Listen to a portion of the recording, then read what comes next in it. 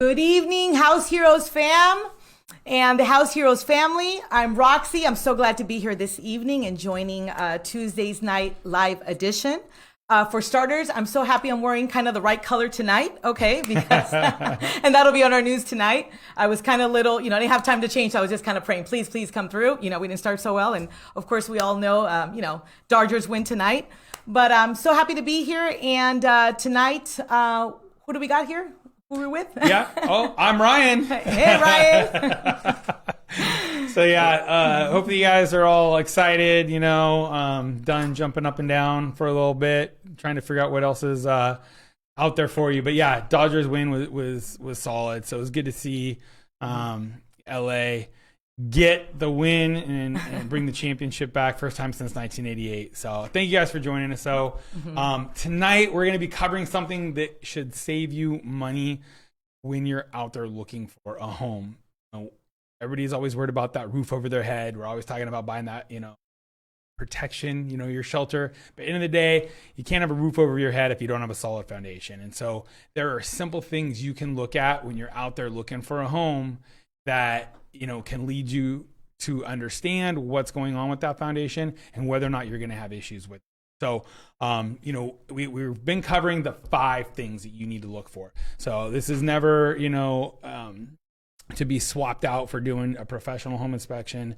You need to do a professional home inspection, once you're in escrow. But while you're out there looking at homes, checking stuff out, figuring out, I don't know, do I like these neighbors?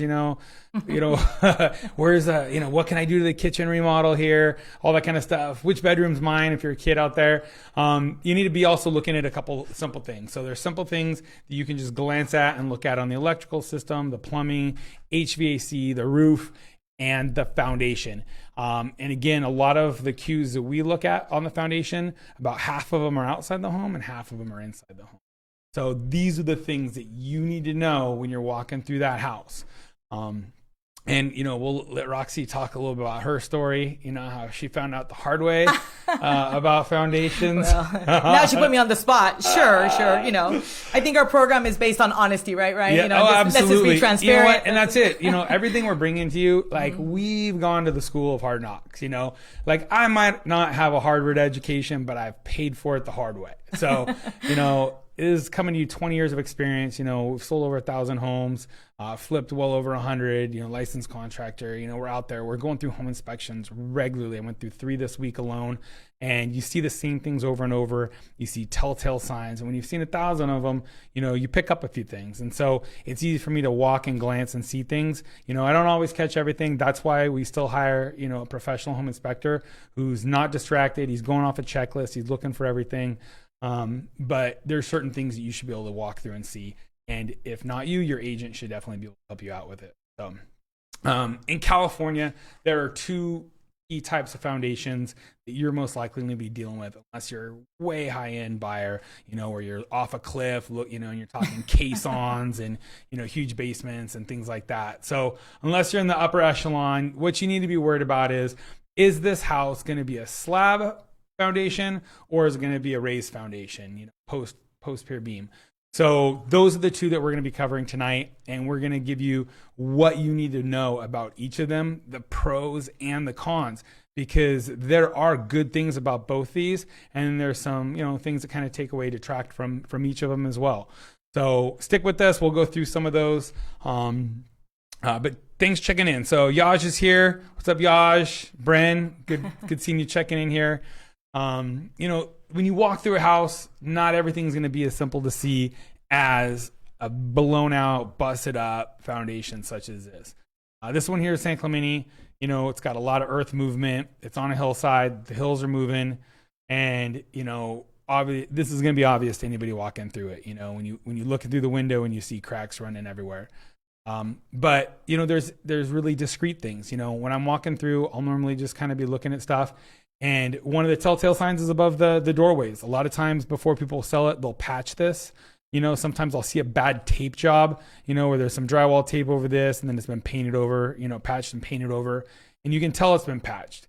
And so the question is, how long ago was it patched? Was it 5 years ago? Was it last week? Because you want to know how much movement's been going on since that patch. A lot of times these are the symptoms, right? So it's like you get sick, you're coughing, that's a symptom, right? You've got a cold, that's the problem. So you can solve the problem, the cold, virus, whatever. And you can also mask the symptoms, right? You can be taking cough medicine and things like that. But the goal is to make it better. You want to fix the problem as well as mask those symptoms. You want to be able to do both. But when you're out there shopping for homes, quite often people have just masked those symptoms, right? They're taking that cold. So these are things. I mean, how often do you see stuff like this here, Roxy? Cracks over doorways and window jams, or very door often. Jams and windows. Yeah. Yeah. I mean, very often. And now I'm glad that we know how to answer those questions. Or at least I'm glad that I know. And if I could just add in a little bit, that we're talking about foundation. Not that it's my favorite subject to talk about, but it's. Come on, we know you picked it tonight. It's the one that most has taught me. In 2017, I've been an agent for 8 years. 2017, I decided to become an investor, and not only become an investor, flip properties, but decided to do it on my own. So no courses, no mentors, no coaching, no anything. Just kind of like dive in, with no swimming lessons, right? Not at all, and just kind of pray for survival and just go for survival. So, and not only, after picking my first home, it wasn't even live. It was one of those auction homes where I was just allowed to go somewhere at someone's office and just on screen, just watch an auction going on and just kind of like a car, just kind of see the front, the back of it, I couldn't even see under the car for this house. Of course, the pictures look beautiful. It was in Los Angeles. According to the numbers, I was going to make $90K off of this home, at the end of the day, based on, value and material, labor and, everything. And so I said, I just thought, hey, if I can just make half of it, right? Because there's going to be mistakes. I'm going to make mistakes definitely on this. And so to make the short, long story short here, I went in, got the home. I walked in there and I swear it didn't look bad at all. It didn't, but I didn't know what I was looking for. Remember, I'm new, I'm totally green at this. And so I hired the wrong crew. When I say I hired the wrong crew, because I didn't even know the crew. I went with the crew of the wholesaler that sold me the house. So, it was, they're all a family. It all started wrong with I took over a loan. I mean, and I know that's not the subject, but I'm just letting you know how all this drama went down. So about a week later. Telenovela. Dios mío. Listen, I'm just going to say this. I bought the home October 1st of 2017. It didn't sell till May of 2018. That's how long it took me to fix this house when it was supposed to be a 30-day fix, right? So around middle of October, when I went back to the property, I started noticing, and again, I don't know what I'm doing, right? But I started noticing the floors were kind of shifting. It didn't look right. It was at one corner it was slanting, and I'm like, all right, that's okay. That's an easy fix. You're like, am I wearing both shoes right now? I'm like, something's off. The nails on the wall, on the drywall, they started like kind of popping out. One time I'm like, wait, wasn't there 3 nails there? Last week, and I come back, there's no nails there. Who removed my nails? Removing, and I didn't know all the signs of issues of foundation until later. When I learned my lesson. Then finally, I just thought with all these things going on, even the chimney was shifting. Okay, and I didn't know the chimney was one of the factors you can look at. And once the chimney looks off and it looks kind of crooked, and not knowing then that's a huge what do you call it? That's a huge liability. Red flag, yeah. That's liability. It falls over, yeah. Yeah. And I mean, a house is worthless unless Santa Claus can get down the chimney. I mean, let's be honest. Right. And so, yeah, it's just dangerous for the family. Your whole property, right, can fall apart. So anyway, I decided to finally hire the professional to go see what's going on. And oh boy, Ryan, there was like a laundry list of everything wrong with this house. But we're sticking to foundation. The beams were off. The leak was so bad that when they showed me a video, it was literally like a waterfall underneath. Seriously. Oh, wow. It was a waterfall, like just water, just saying. Okay, we found 2 dead dogs underneath. We found a couple of 1 or 2 dead cats. That's your problem. You were built on a pet cemetery. That was the problem there. So do not buy on a pet cemetery. God. Native burial ground. It was bad. And then so no wonder everything made sense after that. After I learned the issues, it made sense why this was cracked. The walls were cracked, the walls, floors, why it was raised, why you couldn't, walk properly. And then don't even get me started on the mold. Okay. Oh yeah. With the water under there. And water everything. Underneath, I didn't look for gaps. I didn't look for anything. Okay. Honestly, I just said, whatever it is, it's going to be fixed. And then, not taking care of the number. So at the end, I'm very happy to say I walked out with $13,000. It's a true story back, in 18. But I won. You know what I mean? I ended up winning. Like, I didn't lose money. I didn't lose money after. And you got an education. And got an education. Didn't have to pay a penny for it. But no, foundation. My point here and our point here is foundation can be so not only are we here to, coach you on what to look for prior and to save you thousands of dollars? Absolutely. Let's just say that we did miss something and we take delivery of the home. What to look for while you're in the home? Yeah, while you're in the home, to avoid things are going to change. Bigger. Things are going to change. There's and we'll kind of get into water, like you talked about later. It's the number one issue with foundations is water intrusion. People are always worried about earthquakes and this and that. I talked to one of the inspectors we use a lot, we run into a lot, and his thing's like, water damages more foundations and earthquakes or any other, sudden movement. It's that expansion and contraction of the dirt. It's water eating away, the concrete and breaking it down. And so that's the number one thing. So when you're out there and you're in a house for a while, you really need to pay attention of changes in the house, because if you've got water intrusion, if you don't have good runoff, it can create issues over time, and you want to catch them as soon as possible and be able to take care of that. I actually have a front planter, and I wanted, I'm just sending all this water down, from my roof, gutters down a downspout out in the street. Maybe I'll divert some of it into my planter, and a little natural water. Bad idea. That corner of the house, now it's starting to sink a little bit. I could see a crack up, and I'm like, I know better. Like, I know these things, and I still thought, it's far enough away from the house, it wouldn't create an issue, and sure enough, it did. So reroute all the water back out to the street. No more water around, my front planters and stuff like that. And that's the thing, is it's a lot of that area drainage and moisture you really got to be careful for. But when you're walking through a home, look for something like this. Look for these cracks over door jambs, over windows, inside and outside. Here again, this is right near a downspout. You've got water. This is in a raised foundation. This is going to be, part of your foundation, outer, foundation wall, stem wall, and that's a telltale sign. You've seen a big crack there, and you want to ask questions about it. This is not the end of the world. You want to figure out why it's being caused, and what damage is there. Is it salvageable? When I talk to these inspectors, a lot of times they don't worry about vertical cracks like this. It's settling and things. They worry more about horizontal cracking because they're shifting potentially, and then it could be just degraded concrete. So here's more of like a horizontal crack. So if you see things like this, it's not necessarily the end of the world. It's just a question you want to have with that inspector, and then potentially a subsequent specialist, a foundation specialist. So we just got done with a client, bought a house. It was a renovation loan they used, and we knew there was foundation issues before they even bought the house. We had gotten the report before we wrote the offer. And on that property, they brought in a foundation expert. He went in, fixed the concrete, did a bunch of strapping to the posts, piers, and retrofits for earthquakes and stuff like that, with the, sill plate and the cripple walls and the end of the foundation wall. So there's all ways to solve this. But when you're looking around, a lot of times you'll see, these signs. So, just because you see some of these signs doesn't mean a big deal. This is one that Troy always likes to bring up. Like, hey, when you're walking the driveway, when you're looking at the garage, hey, are there cracks in that concrete? That'll give you a little bit of an idea of which way things are moving maybe. But you got to remember, almost all driveways when they were poured didn't have rebar in them, especially in the older homes. So they're going to crack easier than your actual foundation, which will have been reinforced. And the floor in that garage was poured after your foundation wall. So even if your garage is all busted up, it doesn't mean your foundation's bad, but it gives you an idea of what's going on underground, potential moisture, potential tree issues, and things like that. So that's one of the things I'll look for. I'll just look around. Are there any big crazy trees? Ficuses are the worst. Those roots will lift everything everywhere. So you just want to be looking for things like that. So, in the 70s, they really started shifting, from the raised foundation homes to these slab foundations. They were quicker and easier to build. And of course, everything's about saving money. And so those are what you're going to normally see out there. When you're going to new home build communities, they're building slab on grade construction. Either like this, where it's just a straight normal slab. You can see, all the utilities popping up here. So you've got, your waste lines for, maybe there's a toilet here.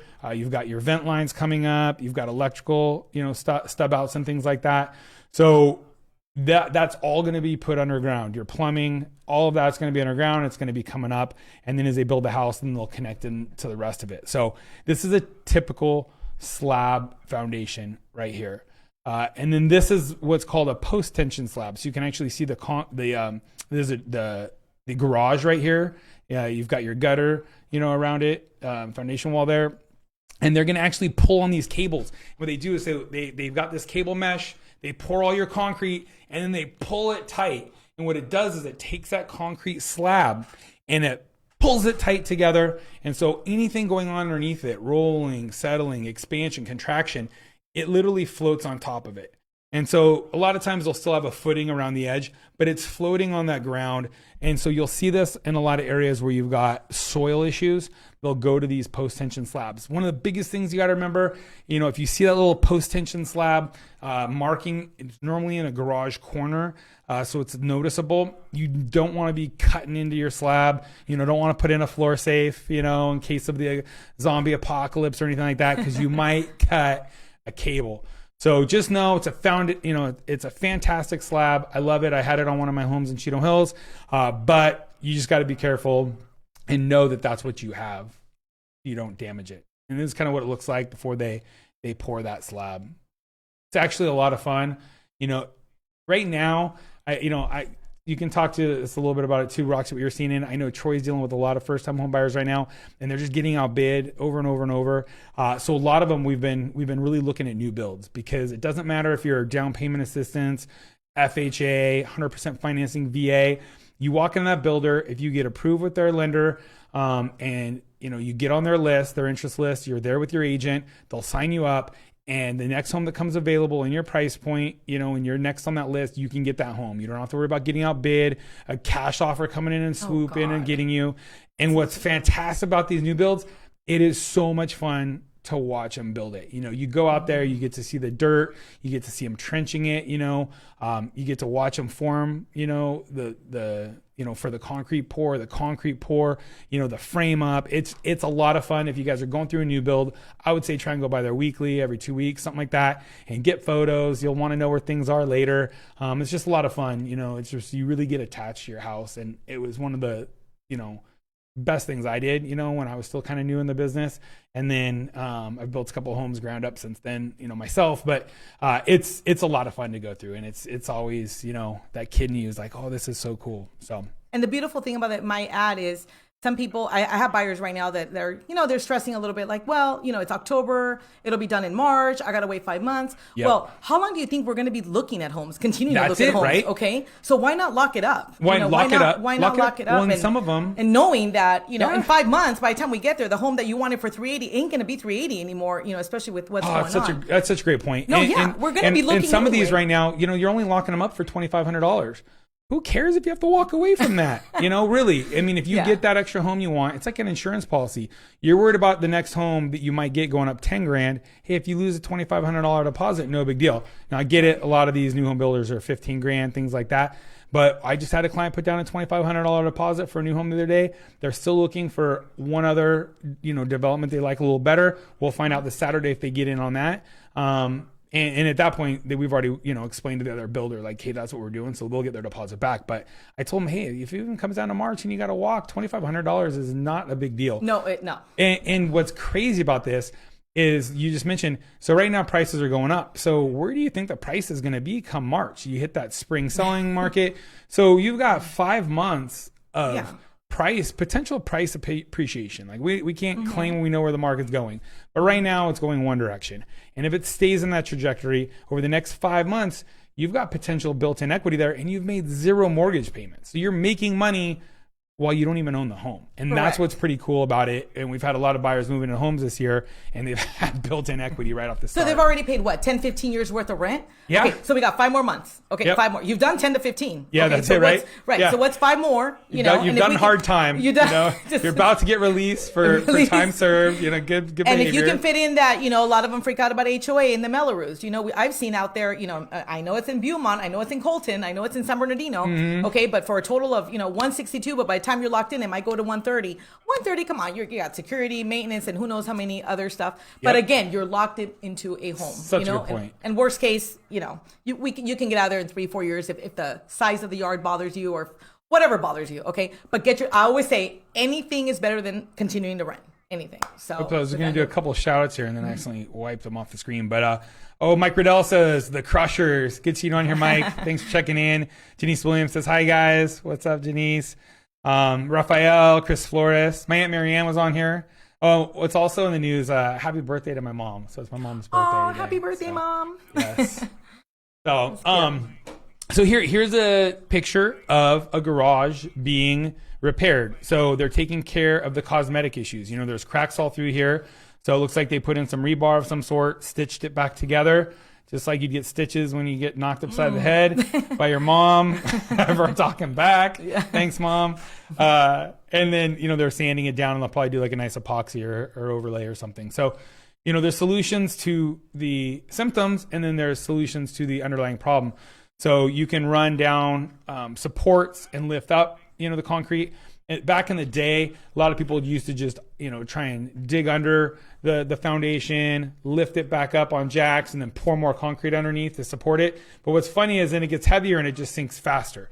So a lot of what they're doing now is they'll use a device like this where they hook onto the concrete slab, and then they'll just drive rods all the way down. They got to go 30, 40 feet, however long, until they hit bedrock. And then they'll jack it up, and they'll do these every 3 feet or so, like you see in this photo, and level it out. So, and I've had this system here by a company that's local, bid it out for a client a couple times. And if this is a solid house, especially if it's already built into the price, it's a fantastic solution. So, each one of these is about $3,000. So, you know, in this case here, you're looking at like 15 grand. But if that's what it takes to level out the house and it's already built into the price, you know, maybe you get 25 grand off, it's worth every penny. So just, you know, we just want to point out, we're going to go through some of the issues and stuff, but there are solutions to all of them. And so those are two of the biggest solutions then to the slab foundation. So pros and cons, you know, one of the pros for the construction side, it's cheap and easy. But, you know, one of the other pros is you don't have to worry about moisture underneath your foundation as much. You know, like you do with a raised foundation where things can get under it. You don't have to worry about dead dogs under there. No. You don't have to worry about rats under there, any of that kind of stuff.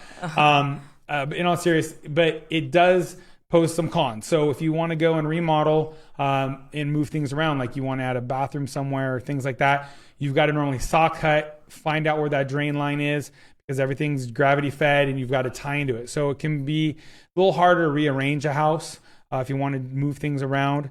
A little bit harder to do on the slab. You're going to be cutting and cutting into the foundation and repouring and things like that. Also, if you have to replumb or you need to rewire. So some of these homes that were in the 60s, 70s that were slab, you know, they either had aluminum wiring or they had still two wire, no ground, and people want to go in and rewire.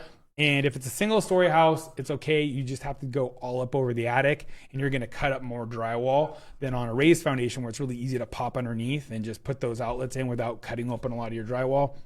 And same thing with plumbing. You're going to have to go up and overhead and things like that. And there's, you know, a lot of these homes will get slab leaks, either from having bad copper or the additives that the different cities and stuff will add to the water treatment. And it'll create pinhole leaks and stuff like that. And so you can get slab leaks. Then you're either abandoning that line or you got to cut out, break open that slab, and then repair that line. So those are some of the pros and cons. Can you think of any as well, Roxy? No, I've heard of it before. You know, like you said, the whole rerouting, the whole thing. Yeah, you know what I mean? You just have to go around and. You know, one of the other pros is squeaky floors. You don't get the squeaky floor like on a raised foundation. So it does have a lot of pros. You know, I've got a slab foundation. You know, I've had both, built both. But each one, you know, I personally love the 60s homes with the raised foundation, but that's just me. And then, you know, in the 60s, you know, back, you know, you're normally going to see a raised foundation. And so that's where you're on this, you know, post pier and beam. And like we talked about, pros and cons with that, it's easy to reroute stuff. So because these are older homes, they normally have galvanized plumbing and, you know, cast iron drain lines and, you know, knob and tube or 2-wire, you know, old school Romex with no ground. It's easy to go in and modernize it, you know, run the new plumbing. Hey, it's easy to take, you know, an oversized odd room, cut it up and put a bathroom in there because it's easy to now gravity feed that drain line down of a toilet or something like that. So it's very easy to remodel and reposition the structure of it because it's raised, and you can do all of that, the mechanics, the MEPs, the, you know, mechanical, electronics, and the plumbing, underneath the house. So it's pretty cool in that capacity. Cons, you do have to worry about the, ain't going to sneak out of the house with No. mom, and dad paying attention. So those are some of the cons. And, you do have to worry about earthquake retrofitting. With the way they built them back in the day, can pose problems. A lot of times, the sill plate's not bolted to the foundation, the perimeter wall or the stem wall. And then you've got issues like cripple walls that need to be reinforced. A lot of post piers and beams are just set on top of each other. We'll show some of the photos, and you need to go in and upgrade those. And again, this is something that gets called out in almost 99% of all inspection reports out there right now. If you're buying a 60s home, they'll say, hey, it's not bolted to the foundation. Hey, you don't have straps. Hey, you might have some of these that are out of alignment. Not the end of the world. You just got to get a contractor who knows what he's doing, get them under there, get it level, get it strapped, and get it upgraded. And so here's a quick little diagram of what we're talking about. So this vertical thing here is your post. This concrete thing here is your pier. And then these here going across are your beams. And so that's why it's called a post, a pier, and a beam. Those are the three main components, and they're going to rest on the edge on these perimeter walls. And sometimes there'll be a long wall down the middle that's called a stem wall. Now, these cripple walls here where you've got these 2x4s going up, a lot of times you'll want to go in, you'll want to put plywood on it to strengthen it. So in an earthquake, they don't all fall over like a deck of cards. So basically, you're just putting a piece of plywood across it, you poke holes for ventilation, and now it adds that shear, so it can't just fall over like this. So you're going to want to add that plywood shear wall panel there after you bolt. So they'll literally get under there, crawl under. That's why it's called a crawl space under there. They'll crawl under it, drill holes through the concrete, blow it out with air, put it in epoxy, and then they'll bolt the sill plate right here to the foundation. So they'll bolt it, they'll put on your shear panels, and then over here on these piers, they'll have straps coming down. They'll have straps up here, and we've got some photos of some of that here. So on your post, you'll have it strapped to your beam up here. You'll have a strap keeping your two beams together, and then you'll have this strap here on your pier. So, and then on the sides, this is what they now put on for earthquake. They want it to be able to move a little bit. So sometimes they won't actually bolt down that sill plate anymore. They want to actually have it be able to move a little bit. So they put this on so it's got a little bit of ability to move in and out, side to side, stuff like that. And so this is what they're going to now for these earthquake retrofits. And one of the things that Roxy was talking about, you do have to worry about is moisture. So, if you're worried about, picking up after your dead dogs later and you don't want moisture, you can put down, Visqueen and stuff like that. You see this a lot. Troy and I used to do a lot of deals up in Oregon and Washington. This is one of the biggest things. You'd have it rained all the time. Water would seep up underneath. It would come in from everywhere. They were always worried about getting all of the water out with perimeter drains. It's a big thing you want to do here in California too. You still want to get perimeter drains and get the water away from the house. But it's good to have this underneath so moisture doesn't come up through the house. I actually ran into this problem at a huge remodel on a classic home in Anaheim. I don't know if you guys follow us on Instagram, but we've had some photos on that. And I refinished the whole wood floors.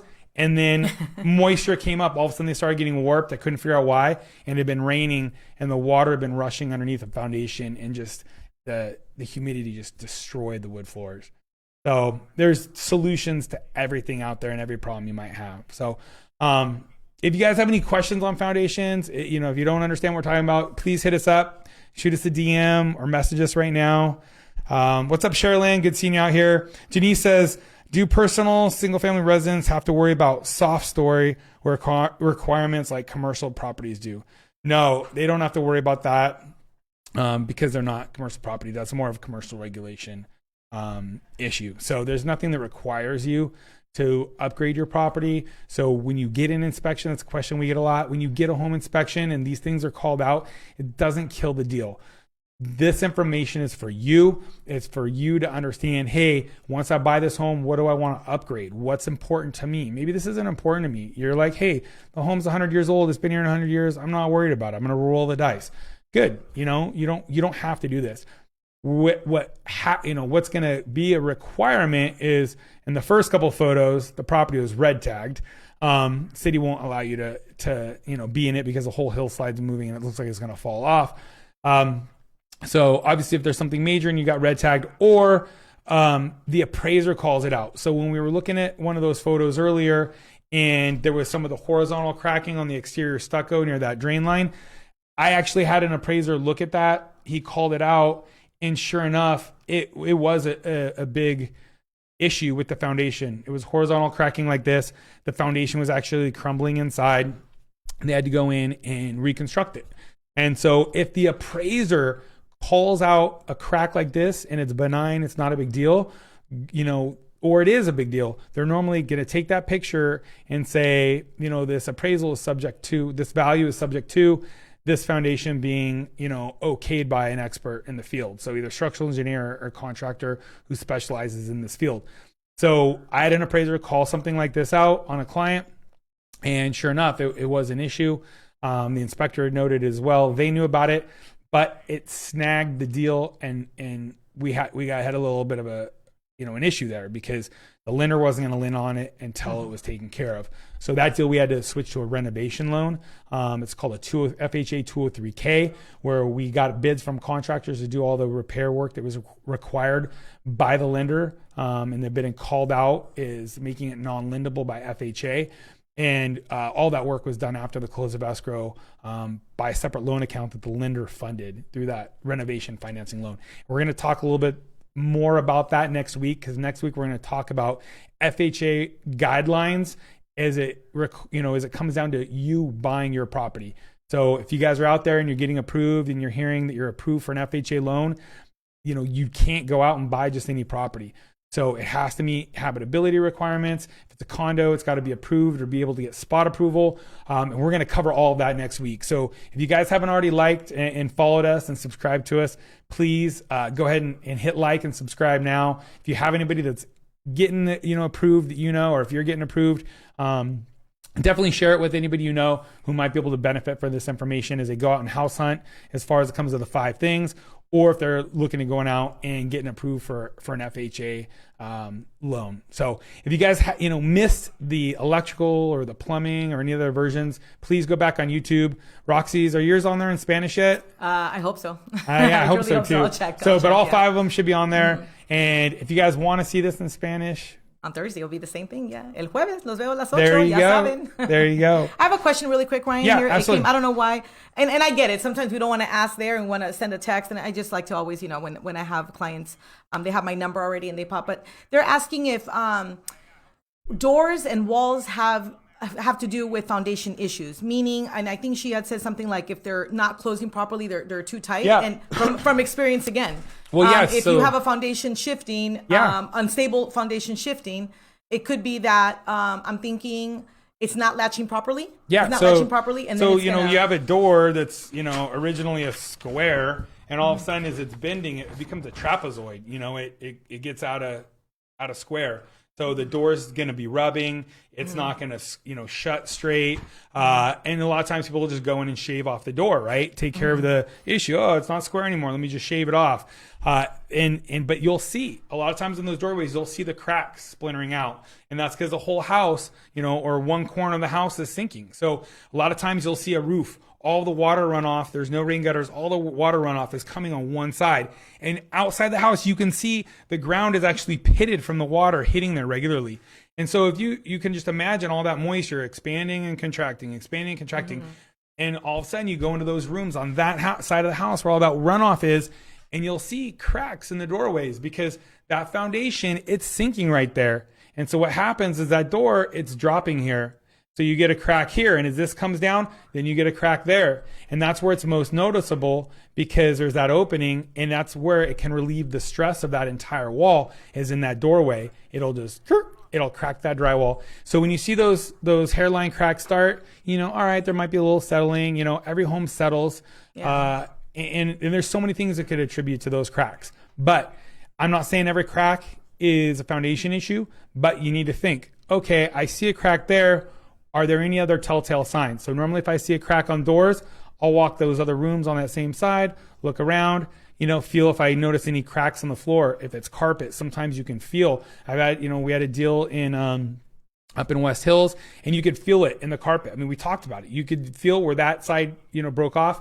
And sure enough, you go outside, the rain gutter had been broken for a while and was just dumping all of the water into one area, and that's where that foundation had cracked right there. The door didn't shut into the bathroom right there. There was cracks over that wall. So it doesn't mean always that there's a foundation issue, but it's a good telltale sign. So you want to look for other things at the same point in time.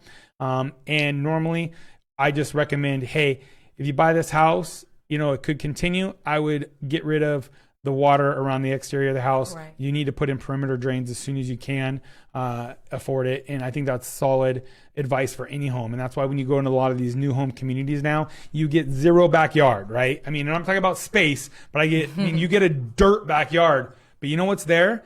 Perimeter drains.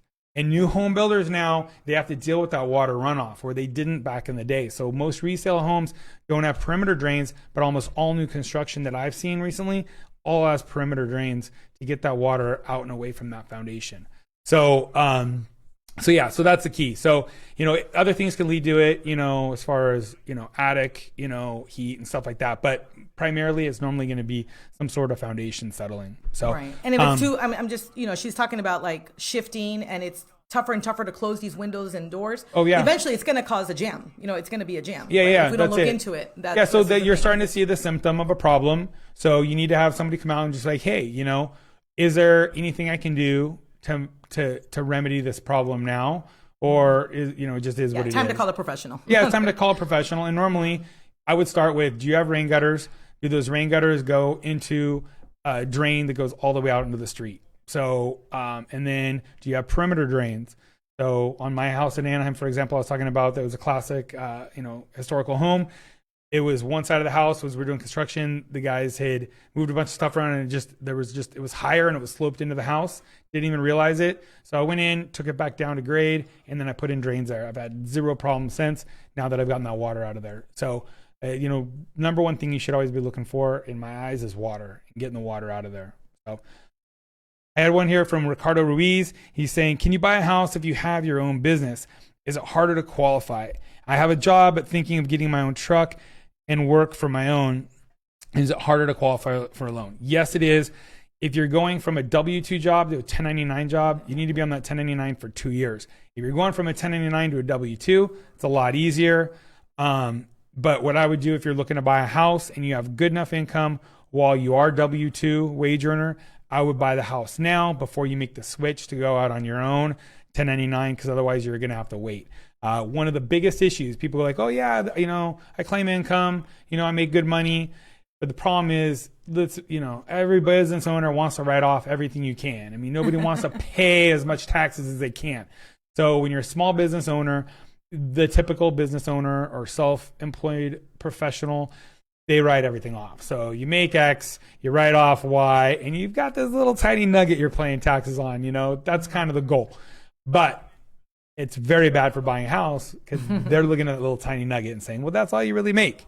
So 1099, or self-employed, or a small business owner, it can be very difficult, because a lot of times you're writing stuff off and it doesn't show that you're making the money that you're really making. So two things. One, it's got to be 2 years. I just went through, and this is all information coming over from Loan Depot and James with Techie Lender, because we just talked about it with a client the other day. So yeah, you want to be 2 years on self-employed, and you need to show income that will, be sufficient enough to qualify you. So if you can qualify now, I would buy the house now. If not, and you think you're going to make more on the 1099, I would talk to a mortgage professional now and your CPA and see how to properly structure it so that you are making money, writing off as much as you can, but still have enough income to qualify for that purchase price that you're going to want 2 years down the road. So hopefully that answered it for you, Ricardo. And if you have any other questions, let us know. We're here for you. What's up, Erica and Etchler? Good seeing you guys on here. Maria Zays, Bryn, Briones. What's up? JP, good seeing you on here. Troy was talking about JP the other day. It's awesome. see. You got any other shout outs over there in Espanol? I have Jose. Hola, Jose. ¿Cómo estás? Buenas noches. Gracias por estar con nosotros. And let's see. We have Sandra. Hola, Sandra. ¿Cómo estás? Oh, what's up, Sandra? Les contesto en español. And then Janice has another awesome question, actually. Can termite issues weaken the foundation? Yes, absolutely. So as you saw that, that post coming out there in the pier post and beam, they'll eat it away. So there are two types of termites: drywood termites. There's subterranean termites. Oh, yeah. And what happens is these subterranean termites, they'll make tubes. So they'll literally make tubes out of the dirt and have a dirt tube coming up here on the concrete, and then they can get into the wood. And then the drywood termites fly around, and then they'll drop their wings and they'll bore into the wood. So you've got two chances of getting termites into the wood. And that's another reason why you want moisture away from a foundation like this, because termites like the moisture and they like the moist wood. So again, moisture away. Moisture is bad. But you absolutely can get termites in here. That's why it's important to do a termite inspection. Even in the seller's market right now, we know that the sellers are probably not going to pay for any repairs. But hey, get the termite inspection, even if it's after close, just so you know what's going on with your house. A lot of times you can go in and locally treat stuff. If this pier is infected, but the beam isn't, you can just replace that wood. If you've got to replace more, they can replace more if it's still structurally sound. So if it's not structurally sound, is normally when they replace it. If it's eating away a little bit but still sound, they'll leave it. They'll fumigate either locally. They'll even put stuff into the dirt. And as then they can always tent the entire house. But absolutely, Janice, that's a fantastic question. Right. And avoid a beautiful surprise. Just get it out of the way. Just know where you're at. Yeah. So if you guys like what you're hearing, please give us a thumbs up, some hearts on there, give us some likes. And if you guys like the fact that the Dodgers won tonight, give us even more likes. I want to do a shout out to up, Jose Verduzco. How are you doing, Jose? Oh, I just saw him on Tus llaves YouTube. mañana, Jose. Tus llaves mañana. Muy feliz por ti. Felicidades de nuevo. Ya estamos a menos de 24 horas de tus llaves. Love it. Yes. And then what else here? One thing I just wanted to add, one of the last things I felt, Ryan, and I just have to share the whole foundation issue is, if you go to the basement and you have a funny smell or like a musty smell, there's something wrong. Okay, there's something going on here. Okay? That's it, right? There should be no funny. There should be beautiful smells. Okay, good smells. But That's once true. there's like a weird smell, yeah. And again, we're talking about not checking gaps and cracks and all that moisture, and it's just. Yeah, you got to avoid that mold, and you got to avoid all these things. But this is already, even before or even when you're in the house, get it taken care of, because all that stuff can add up. And here we go again, Yep. You don't want those beautiful unexpected surprises to come up, and a $500 bill becomes a $5,000 bill because we just kind of let it sit there, and I'll do it later. I'll take care of it later. And absolutely, later is definitely going to be costly. Yep. So. Awesome. Oh, got a couple more shout outs here. So Miza is here. JP says, go Dodgers. Yes. Orale los Dodgers. Los Dodgers. So awesome. All right, you guys, please tune in Thursday night, 8 p.m. Roxy's going to be back in Espanol.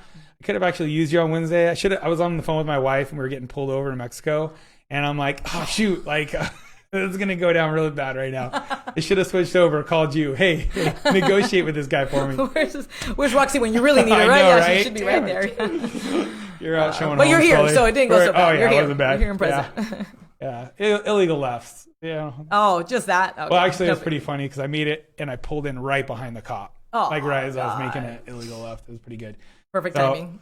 Yeah, it was $60, whatever. Mm-hmm. So, thank you, Jose. Jose said, thank you, Roxana, for all your help on getting our dream home. That's what we're here for, and that is our mission all the time, and that is our biggest reward. Welcome to home ownership, and it's always a pleasure to join you in your beautiful journey. Yeah. Of course, Jose. Absolutely. Awesome. So I will be here Thursday. Todos los que me miran el jueves y escuchan pues aquí, and I just, for my part, it's always a pleasure to be here on Tuesdays a couple of times, and hang out with the other side of the crowd, right? Yes. And for all of you that join in and stuff like that, thank you for being a part of our little space. We want to be part of yours, and we always want to hear from you, and not just, normally this is real estate related, but anything that that you have learned out there, that you have heard out there. Comments, your experiences, your neighbors, whatever that we can kind of comment on, answer for you. That's what we're here for. So I always say anything and everything is welcome. And Absolutely. on my end, continue staying safe out there. I'm hearing about another shutdown, and right when we're opening, we're shutting, and Thanksgiving, and all the holidays. And I just personally just like to live day by day. And for today, all is good. I'm blessed. We are healthy. We're all healthy here. It. And that's all we can do. And for tomorrow, we'll just worry about tomorrow. But for now, we're happy for the love, for the support, and keep us growing. The union does the force, and so the more we get together, the more we can grow and learn from each other and grow. Yep, absolutely. Well said, Roxy. Well said. All righty. All right, so jueves a las 8. A las 8 es la cita con los héroes de la casa y vamos a estar hablando de fundaciones. ¿Ok? Les mando un besote y bendiciones a todos. And then 2 o'clock Friday, we got deal of the week coming at you. We might actually have some new construction that just popped up. That's in a fantastic price point for entry-level buyers, and then possibly something else from the MLS. So looking at a couple different possibilities there, and then we'll have our weekly market update. So if you guys haven't already followed us on Instagram, please follow us there. We have constant real estate tips of the day and some fun walkthroughs as we're out there in the field showing homes. So what's up, Norm? Continue, bud. All right. Thank you guys for joining us. Peace and God bless. Take care. Bye.